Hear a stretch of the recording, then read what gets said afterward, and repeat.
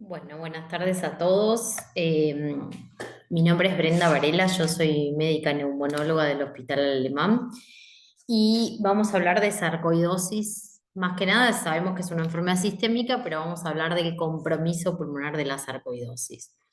En realidad la sarcoidosis es una enfermedad que tiene una etiología variable, con lo cual presenta algunas dificultades más que nada en lo que es el referente al diagnóstico y en cómo debemos abordar a la enfermedad desde el enfoque terapéutico.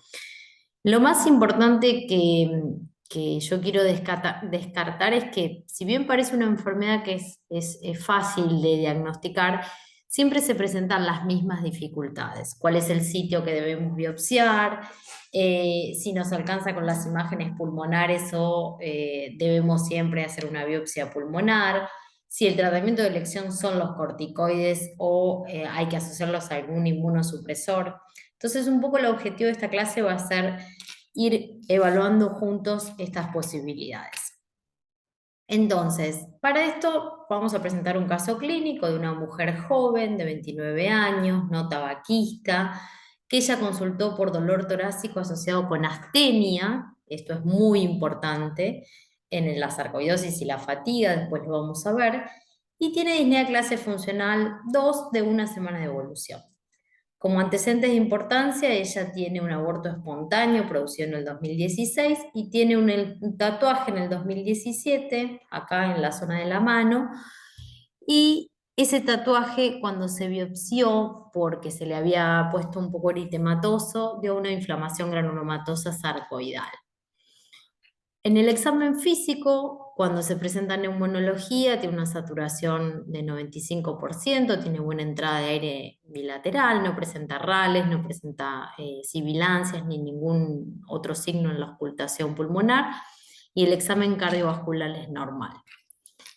Eh, Esta es la placa de tórax que se presenta cuando viene la consulta, en donde ya vemos que hay un compromiso más que nada retículo nodulillar, predominio de lóbulos superiores, y vemos que no es normal la placa, obviamente, con los pulmones conservados, pero tiene lesiones que tienden a la consolidación. Y también impresiona que todo lo que es la región del mediastino está un poquito ensanchado. Se le pide una tomografía de tórax, que en la tomografía de tórax lo que se ve más que nada a nivel de los campos medios y superiores son nodulitos que están bien definidos, con tendencia a la coalescencia. Fíjense cómo acá en este corte sagital se observa perfectamente lo que llamamos el signo de la cisura rosariada, que no es que se ve solamente en las enfermedades granulomatosas tipo sarcoidosis, sino que también estos nodulitos bien definidos con cisura enhebrada pueden verse en otras patologías, como por ejemplo en una linfangitis carcinomatosa. Pero sí lo que es real es que estas lesiones tienden a la coalescencia, son bilaterales, son en predominio de lóbulos superiores y hay algunos signos, como por ejemplo este, que son consolidaciones con nodulitos alrededor, que se llama el típico signo de la galaxia. Cuando vemos la ventana del mediastino, vemos que hay un leve ensanchamiento bilateral de ambos cilios, con la paratraqueal derecho también aumentado de tamaño. En el hígado yo no veo lesiones compatibles con quistes ni con nódulos. Otros estudios que le pedimos, tenía un laboratorio con una calcemia normal, un examen funcional respiratorio normal, un electrocardiograma normal y una historia ocupacional, que esto es muy importante, normal, porque acuérdense que las imágenes de la beriliosis y la silicosis son muy parecidas a la de la sarcoidosis. Entonces, con estos antecedentes, ¿cuál es el diagnóstico más probable? Y la verdad es que estamos acá en la clase de sarcoidosis, parece que el diagnóstico, uno de los diagnósticos más probables, mujer joven no tabaquista, es el diagnóstico de una sarcoidosis pulmonar. Entonces, la sarcoidosis, recordemos que es una enfermedad granulomatosa, cuyo diagnóstico suele ser por exclusión y que en realidad es de etiología desconocida, y lo que se cree es que hay una combinación en donde tiene un valor importante la respuesta del huésped con una combinación genética asociado a un gatillo, que en general suele ser alguna infección o algún antecedente diferente, suelen desencadenar esta reacción granulomatosa. La realidad es que la etiología, si bien no se conoce, la prevalencia es variable de esta enfermedad. Lo que sí sabemos es que en varios registros hechos en diferentes partes del mundo, pareciese que el compromiso pulmonar es importante. Fíjense en este registro, por ejemplo, de Estados Unidos, el 95% tiene compromiso de los nódulos linfáticos y del pulmón. En Japón lo mismo, 76%, y en Europa también. Ahora, pareciese que también la incidencia, la severidad y el fenotipo clínico están influenciados por la edad, la raza, el sexo y la etnia. En Estados Unidos son más frecuentes en las mujeres con raza afroamericana y tienen mayor severidad y mayor índice de progresión, y también se ve en Europa del Norte mayor sarcoidosis que en otras partes del mundo. Lo curioso es que cuando uno se fija en la prevalencia, que es variable en todo el mundo, pareciese que hay ciertos países, como por ejemplo la raza, como dijimos, afroamericana en Estados Unidos, es más prevalente que digamos, otro tipo de regiones o de razas en el mundo. Y fíjense que cuando vemos en lo que es Latinoamérica, hay una poca prevalencia de lo que es la sarcoidosis, ¿sí? Entonces, también tiene que ver esto con el diagnóstico. Yo particularmente creo que en Latinoamérica hay un subdiagnóstico de la enfermedad. Cuando nosotros buscamos dentro de lo que son las clasificaciones de las enfermedades intersticiales, acuérdense que los dividimos en 4 grandes grupos, que son las de causa conocida, las neumonías intersticiales idiopáticas, las enfermedades granulomatosas, en donde está la sarcoidosis, y las entidades únicas. Sí, pero las granulomatosas, como la sarcoidosis, ocupan un lugar muy importante en las enfermedades intersticiales.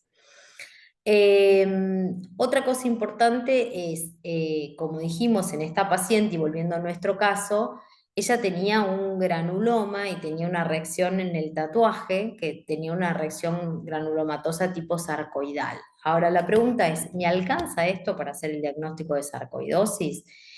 Y la realidad es que la presencia de granulomas siempre se debe confirmar con el compromiso multisistémico, porque pueden ser reacciones locales específicas. En el caso puntual de esta paciente que tiene luego este compromiso pulmonar que es tan típico y tan significativo en las imágenes, yo creo que uno podría haber obviado el diagnóstico pulmonar. Pero si yo tengo una lesión que es tipo sarcoidal en un tatuaje, quizás sí necesito tener, digamos, todo el cuadro clínico compatible con sarcoidosis. En el caso de esta chica, como repito, por ahí teniendo este compromiso pulmonar, quizás uno hubiera asumido que es una sarcoidosis, porque el compromiso pulmonar es bilateral, porque las lesiones son bastante típicas, entonces podría haberse obviado. Pero lo que sí requiere el diagnóstico de sarcoidosis es la presencia de un cuadro clínico con imágenes compatibles, la evidencia histopatológica de los granulomas, que en este caso van a ser no necrotizantes, son bien organizados, a diferencia de, por ejemplo, otros granulomas como en las neumonitis por hipersensibilidad, que suelen ser más chicos, o en la beriliosis, que también suelen ser distintos, son las infecciones. Estos granulomas tienden a ser no necrotizantes, tienden a coalescer y tienden a estar bien organizados. Y también tienen una localización típica que vamos a ver. Y también es importante descartar otras causas conocidas de granulomas, ¿sí? Como vamos a ver después, pacientes, por ejemplo, que tienen HIV o que tienen enfermedad inflamatoria intestinal o que tienen alguna, por ejemplo, enfermedad como una inmunodeficiencia común variable, donde puede haber enfermedades granulomatosas o granulomas, quizás uno tendría que descartar antes de pensar en una sarcoidosis. ¿Y el cuadro clínico es típico? No, si bien el 90% de la sarcoidosis hay un compromiso pulmonar y suele ser importante, en realidad los síntomas son constitucionales, por ejemplo, pérdida de peso, fiebre, astenia, fatiga. Si uno tiene una sarcoidosis, quizás con compromiso de la vía aérea puede tener broncoespasmos y bilancias. Si uno tiene un compromiso de una sarcoidosis más estadio 3, puede tener síntomas de enfermedad intersticial típicos como disnea y tos, y si uno llega a tener una enfermedad tipo fibrótica, por ahí encuentra rales tipo velcro en la ocultación. Y las imágenes sí pueden ser características, como vamos a ver ahora, pero el diagnóstico requiere el conjunto de estas tres cosas, ¿sí? Entonces, ¿se puede evitar la biopsia? Como sabemos, el 90% de la sarcoidosis está en el pulmón, pero también hay otros sitios importantes. Y esos sitios hay que ir a buscarlos porque son importantes porque nos pueden obviar la biopsia. Hay presentaciones que son más agudas, como el síndrome de Loeffler o el síndrome de Herford, por ejemplo, el síndrome de Loeffler, que son linfadenopatías ciliares típicas, con eritema nodoso, con inflamación periarticular, fiebre y malestar general. Eso es una típica sarcoidosis aguda y entonces ese paciente no tiene que biopsiarse. Y el síndrome de Herford, que se caracteriza por uveitis, fiebre, malestar y agrandamiento carotídeo, tampoco.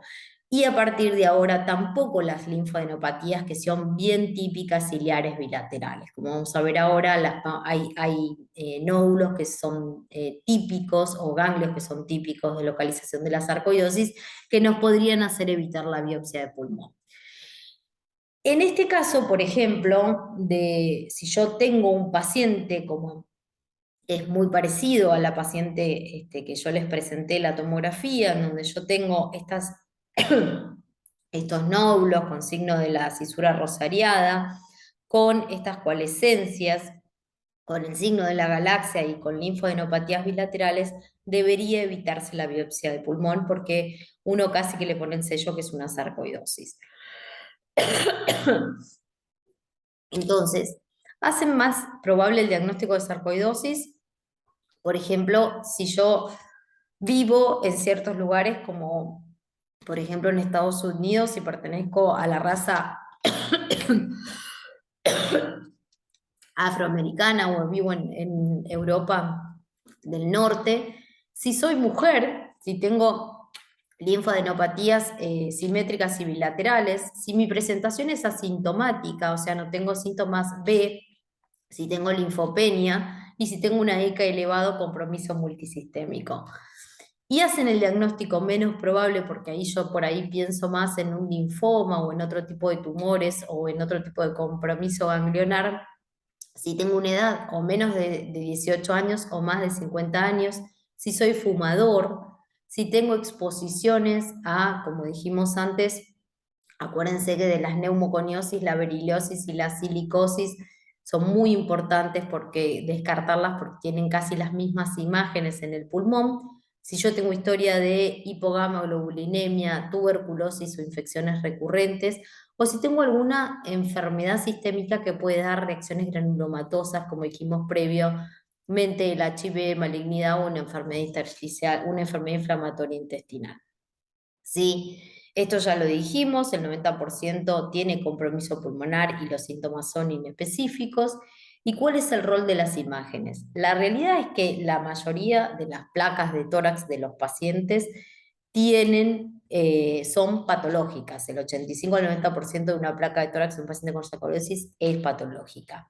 Y esta estadificación, esta escala de estadificación, primero que nos permite ver cuál es el porcentaje de presentación y también nos permite ver cuál es el porcentaje de resolución clínica que yo tengo que esperar.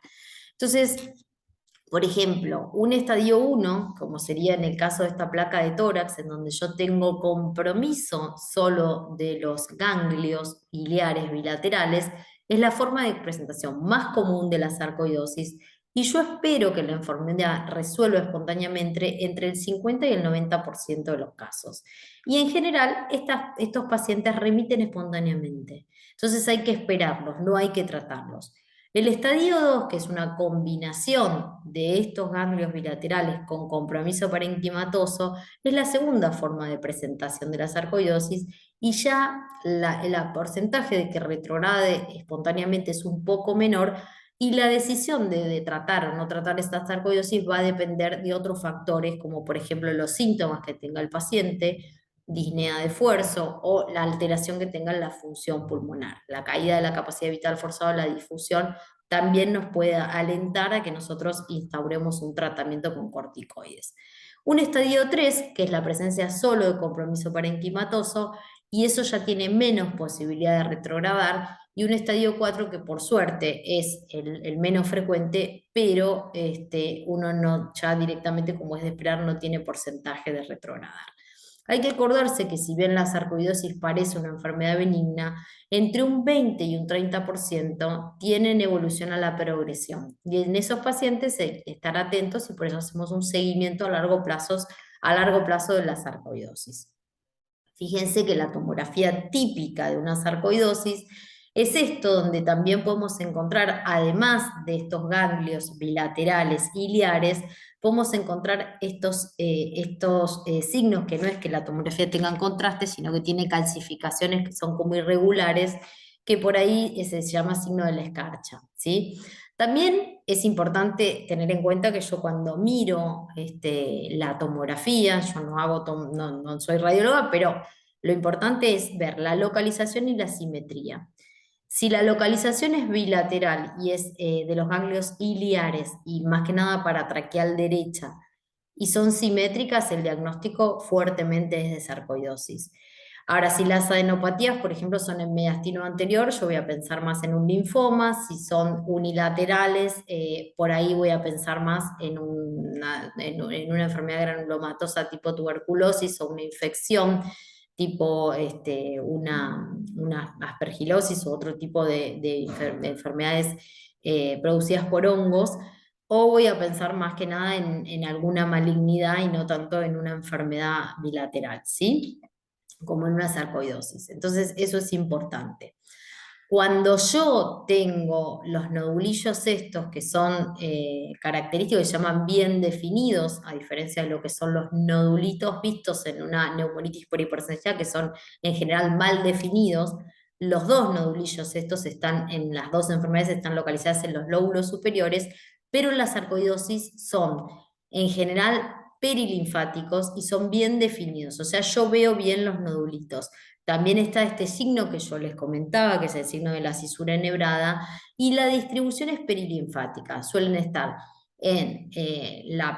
abajo de la pleura o en la cisura, están en los septos interlobulillares e intralobulillares, y pueden estar peribroncovasculares, ¿sí? Digamos, a veces uno ve como en estos estadios donde tiene, digamos, un engrosamiento de todo lo que es la región iliar causada por los ganglios y por los nodulitos estos perilinfáticos. En este caso sería como un estadio 2 de una sarcoidosis, y a veces uno tiene un compromiso ya directamente fibrótico con bronquiectasias y con muchos quistes, y en general en estos pacientes hay que tener mucho cuidado porque estos pacientes pueden llegar a tener infecciones a repetición y pueden tener aspergillus dentro de estas bronquiectasias, entonces son pacientes que se infectan bastante. Entonces, haciendo un repaso, fíjense que acá, por ejemplo, tenemos un estadio 1, en donde solo tenemos ganglios y no vemos ningún signo parenquimatoso.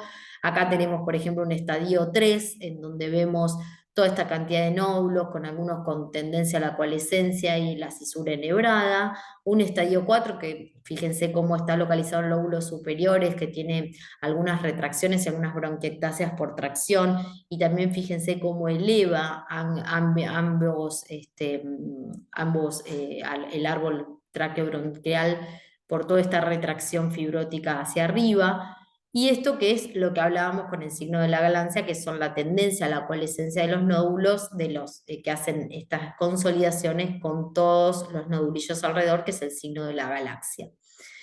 Entonces, típicos hallazgos en la tomografía, dijimos que son un agrandamiento de estos nódulos, de estos ganglios, de estos ganglios que tienen que ser bilaterales, simétricos, bien definidos, iliares, que a veces los nódulos se calcifican como si fuesen en cáscara de huevo, o otro signo que se llama es como espolvorear azúcar por arriba, los nódulos bien definidos, que constituyen el signo de la cisura enhebrada, que tienden a coalescer, que son bien definidos y chiquititos, entre 2 a 5 milímetros, ¿sí? La fibrosis y el atrapamiento aéreo, porque acuérdense que también la sarcoidosis es una enfermedad que da hipertensión pulmonar y el atrapamiento aéreo o el patrón en mosaico se ve en la hipertensión pulmonar. Ahora, si yo encuentro ganglios que son unilaterales, asimétricos, existe también algo que se llama la consolidación importante, como es una sarcoidosis alveolar, que a veces es una sarcoidosis, a veces se trata de otra enfermedad.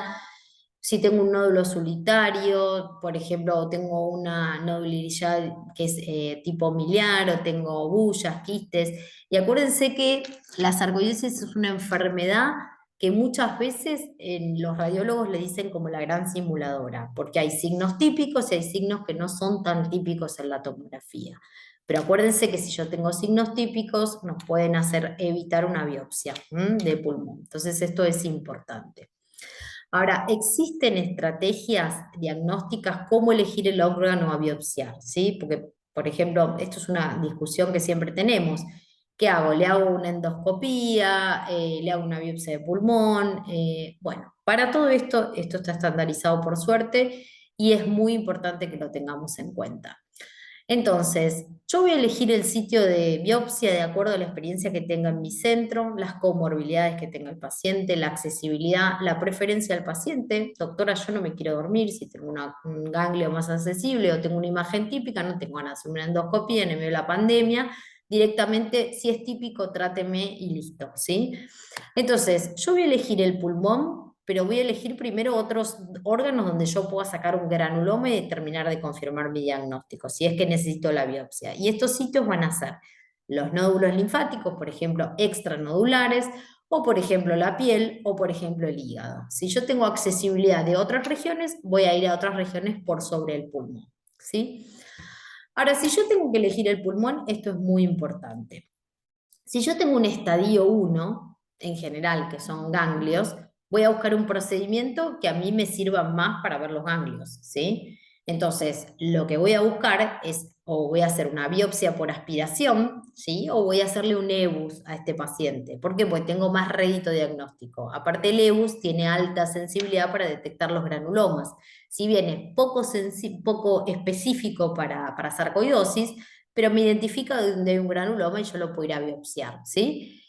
Ahora, si yo tengo una sarcoidosis que tiene más un estadio entre 2 o 3, o sea, tengo compromiso ganglionar, pero tengo compromiso parenquimatoso, o tengo un compromiso parenquimatoso, voy a elegir una biopsia transbronquial o una criobiopsia por arriba del EBUS, en el estadio 3, por ejemplo. Si tengo un compromiso solamente que es entre 2 y 3, bueno, me va a dar lo mismo. Y sí, a todos los pacientes, ya que estoy con el endoscopio, les hago un VAL para ver si tienen linfocitosis. Acuérdense que no es de la enfermedad que más da linfocitosis, que la que más da linfocitosis son las neumonitis por hipersensibilidad, pero en general las sarcoidosis tienden a dar una linfocitosis que es por arriba del 15%, ¿sí? Y también hay un índice que yo puedo usar, que es la CD4 sobre CD8, que si es mayor a 3,5 también es bastante específico para sarcoidosis. Entonces es importante, ¿sí? Entonces hay que saber lo que yo estoy buscando y dónde digamos, tengo localizadas las lesiones para saber cuál es el sitio mejor donde voy a ir a biopsiar. Bueno, fíjense lo que hablamos del VAL, esto ya lo dijimos, y este es un gráfico que a mí me pareció muy importante de un consenso que salió, yo no sé por qué en todo lo que es el Reino Unido y en Estados Unidos hay como consultorios muy importantes de sarcoidosis. Yo creo que particularmente que nosotros tenemos un subdiagnóstico en Latinoamérica, esto ya lo dije, pero esto está sacado de un consenso de sarcoidosis que realmente se los aconsejo y ahí le dejo la cita bibliográfica. Entonces, fíjense, si yo tengo un típico síndrome de Loefflen o tengo una sarcoidosis típica en la tomografía, por ahí lo que voy a hacer es monitorearlos, no los voy, y no les voy a hacer una biopsia. Pero si yo tengo no tengo estos signos típicos y entonces voy a buscar algún sitio extratorácico que tenga un ganglio accesible, voy a buscar la piel y voy a biopsiar esas cosas.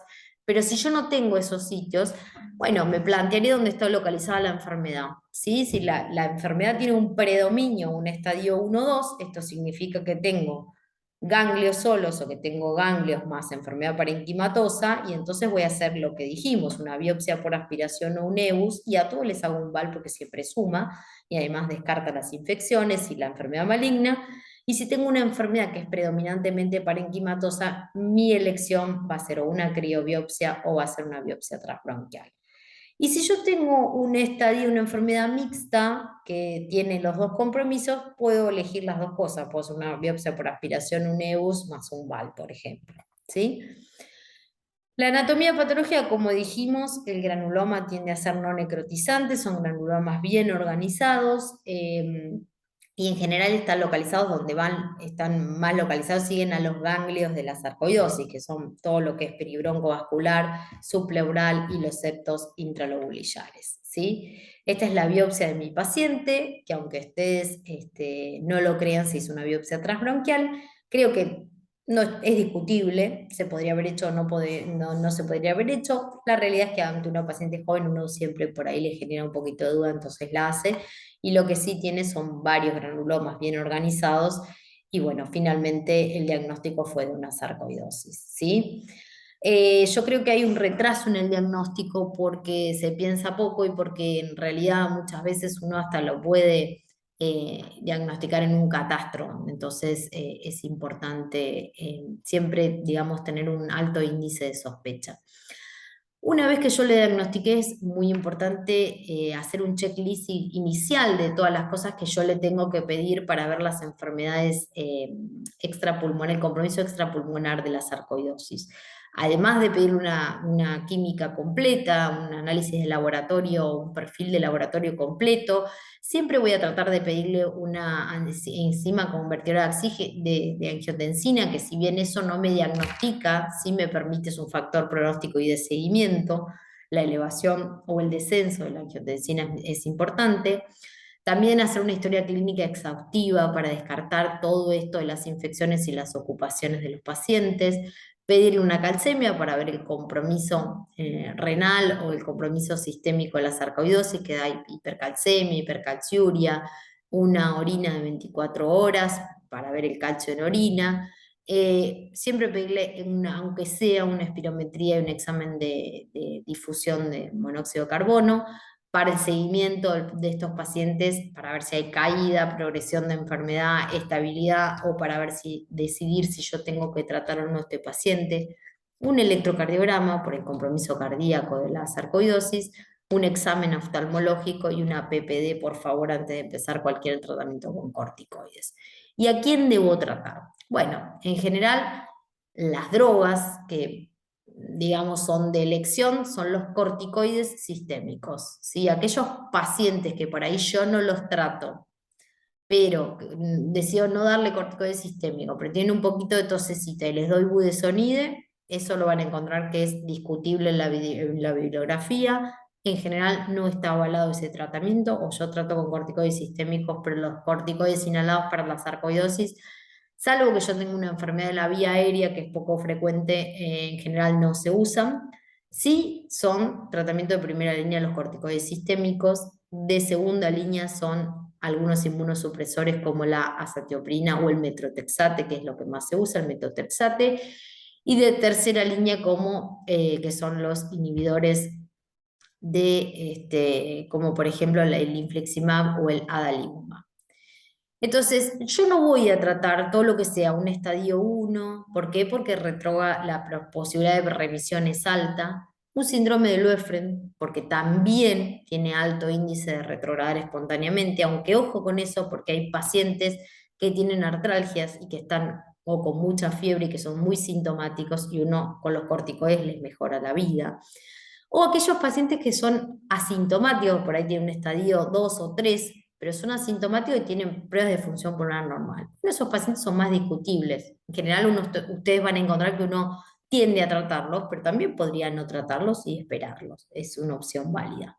Sí, yo voy a tratar a aquellos pacientes que tienen estadios 2 y 3 con pruebas de función pulmonar patológicas o progresiones radiológicas o tomográficas, que tienen compromiso extrínseco por las adenopatías o que tienen granulomas endobronquiales que causan estenosis o limitación al flujo aéreo, y por supuesto estadio 4 que tienen daño significativo en la función pulmonar y que bueno, uno por ahí como primera instancia los trató con corticoides y después acuérdense que a partir de ahora y en el estudio INBUILD hubo pacientes con sarcoidosis para enfermedad progresiva con estadio 4 en donde fueron tratados con nitendanib.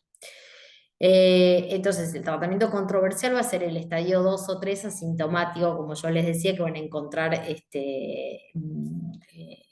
digamos, a quienes lo tratan y quienes no. Y con respecto a la hipertensión pulmonar, que yo no la voy a tocar en esta clase, pero sí es importante saber que la sarcoidosis está dentro de lo que es el grupo de la hipertensión pulmonar, grupo 5, causas misceláneas, ¿sí? Pero también el paciente puede tener hipertensión pulmonar por tener enfermedad fibrosante del grupo 3. Si esas no se tratan, pero las que se comportan como grupo 1, por ahí sí se benefician con algunos vasodilatadores. Eso es importante, vasodilatores pulmonares, me refiero. Entonces, ¿qué hago yo? Esto también es fuente de discusión. ¿Cuánto tiempo lo trato? ¿Con qué corticoide? ¿Le agrego una segunda droga? No. El tratamiento de primera elección son los corticoides sistémicos. Empiezo con dosis 20 a 40 miligramos, 4 a 6 semanas, y voy haciendo un tapering de 5 miligramos cada 2 semanas, y luego un mantenimiento entre 5 a 10 miligramos día. ¿Cuánto tiempo? Entre 6 a 12 meses. Y toca hacer un monitoreo de la capacidad vital forzada. Ojo, porque hay pacientes que cuando uno les baja a menos de 10 miligramos o a menos de 15 miligramos y está haciendo el tapering recaen, ¿sí? Entonces, para ese tipo de pacientes que están por ahí en un tercer mes, en donde con 10 miligramos de corticoides recaen, ahí sí yo les puedo agregar una segunda droga o volver a aumentar los corticoides. Pero aquellos pacientes que no se aguantan o no se bancan, por decirlo de alguna manera, un tapering correcto, entonces esos pacientes, por ahí son pacientes que necesitan usar más de 15 miligramos de corticoides. Entonces yo ahí me plantearé si realmente voy a tolerar todos los efectos adversos de los corticoides, osteoporosis, déficit de vitamina D, entre otras cosas, o voy a agregar una segunda droga como ahorrador de corticoides, ¿sí? Y la segunda droga en general de elección es el metotrexate, como dijimos, 10 a 20 miligramos semanales por vía oral o intramuscular o a veces subcutánea. Acuérdense que hay que darlo con ácido fólico semanal. Acuérdense que cuando yo tengo un corticoide más un inmunosupresor y más de 10 miligramos de corticoides, tengo que hacer quimioprofilaxis con, perdón, no quimioprofilaxis, tengo que hacer profilaxis para la neumocitis girovesi, o sea que tengo que agregarle Bactrina a estos pacientes y además tengo que vacunarlos contra el herpes zóster. Entonces, esas cosas son importantes porque a veces yo veo mucho que tienden a corticoide, no, porque yo quiero ahorrar un poquito de corticoide y le agrego el inmunosupresor, pero hay que tener en cuenta estos detalles. Entonces, yo me voy a plantear una segunda droga cuando un paciente no resista altas dosis de corticoides. Pacientes con hipertensión arterial severa, paciente diabético, paciente que tiene aversión a los corticoides. Yo no quiero, pues no quiero engordar. Pacientes que tienen osteoporosis severas. Ahí agrego una segunda droga. O pacientes, como yo les comentaba, que haciendo el tapering no puedo, digamos, bajar la dosis de corticoides porque el paciente presenta recaídas de la sarcoidosis. Y las terceras drogas las voy a usar cuando pese a usar una primera y una segunda droga de primera y segunda línea, yo tengo recaídas o progresión de la enfermedad. Y en general lo que usamos es el infliximab o el adalimumab, ¿sí? Muy bien, este es un cuadro que después se los dejo para que se lo analicen, pero no se olviden de que estos pacientes tienen que estar en lista de trasplante, más que nada si son del estadio 4, que pueden presentar exacerbaciones que simulan infecciones respiratorias y esto debe ser tomado como una progresión. También es importante todos los tratamientos que llamamos de importantes, que no son farmacológicos, la rehabilitación pulmonar, el tratamiento de la fatiga. Hay un montón de score y de scores y de cuestionarios que se usan para la fatiga y tratamientos que por ahí no son tradicionales para el tratamiento de la fatiga de los pacientes con sarcoidosis, que es todo un tema y no es cansancio y astenia nada más. Este es un esquema de cuándo uno debería o no debería tratar, pero que yo más o menos se lo fui comentando. Acuérdense que pacientes de mal pronóstico, que yo espero que por ahí no les vaya tan bien, o voy a estar más atenta, como repetimos, los pacientes con esta raza afroamericana, aquellos pacientes que debutan, mujeres que debutan con más de 40 años, los compromisos extrapulmonares, como por ejemplo la sarcoidosis cardíaca, o aquellos que tienen una hipercalcemia bastante importante, o pacientes que tienen ya estadios 3 o 4 que tienen hipertensión pulmonar, que es una complicación bastante frecuente, más que nada de estadios avanzados. Y bueno, veremos después si es que se comportan como un tipo 1 que en realidad están dentro del tipo 5 o son por enfermedad más que nada respiratoria tipo 3, ¿sí? O que presente neutrofilia en el VAL, ¿sí? Porque lo más común, acuérdense, que es que tenga linfocitosis. Bien, y el monitoreo de la enfermedad en general, lo que yo tengo que hacer ¿sirve para qué? Para observar a aquellos pacientes que estoy esperando la resolución espontánea o no, y en aquellos pacientes que presentan progresión, cuándo tengo que hacer, si los pacientes van a mejorar o se van a estabilizar o presentan progresión. Y también voy a observar las recaídas, por eso es importante el monitoreo o qué pasa luego de la discontinuación del tratamiento, si el paciente recae o no. Y entonces, ¿qué es lo que voy a monitorear? Bueno, los síntomas, cómo impactan en la calidad de vida, cuáles son los efectos adversos, cuáles son las intercurrencias que tienen, infecciosas, hipertensión pulmonar, los eventos que tienen con las diferentes drogas. Voy a monitorear las pruebas de función pulmonar y voy a estar atento a aquellos pacientes que tengan una caída de más del 15% de la difusión o más del 10% de la DLCO, porque lo voy a interpretar como progresión. O, por ejemplo, pacientes que tienen hiperreactividad bronquial y que a veces tienen obstrucción a la vía aérea. Voy a monitorear también las imágenes, tomografía y radiografía. Voy a monitorear cosas del laboratorio, hepatograma, ECA, calcemia, para ver cómo van mis pacientes. Y también voy a monitorear el tratamiento, las recaídas, y cuando yo les hago el tratamiento, qué pasa con la insuficiencia suprarrenal y cómo debo sacárselo. ¿Cuánto tiempo voy a seguir a mis pacientes? Bueno, esto no está estandarizado, pero en general uno por ahí esperaría que el tratamiento voy a seguirlo, por ejemplo, cuando yo tengo un estadio 1, un síndrome de Löfgren, cada 6 meses, y el seguimiento lo voy a hacer durante 2 años, o si yo tengo un estadio 2 o bueno, un estadio 4, el seguimiento lo voy a hacer entre cada 3 o cada 6 meses durante el primer año, después mensualmente, y después lo voy a hacer anualmente. También a veces es por 2 años o a veces es por más tiempo. Si yo tengo compromiso extrapulmonar, también de 3 a 6 meses mensualmente, y después voy a seguirlo por largo tiempo. Y la retirada de tratamiento también, más que nada en los primeros meses en donde yo puedo tener síntomas de insuficiencia suprarrenal, ¿sí? Entonces, hay que acordarse que la sarcoidosis es un diagnóstico que suele ser por exclusión, que hay que elegir adecuadamente el sitio de biopsia y que no todos los pacientes deben ser tratados. Así que bueno, espero que les haya servido la clase, y cualquier cosa les dejo mi mail por si tienen alguna duda o me quieren escribir algún comentario. Muchas gracias.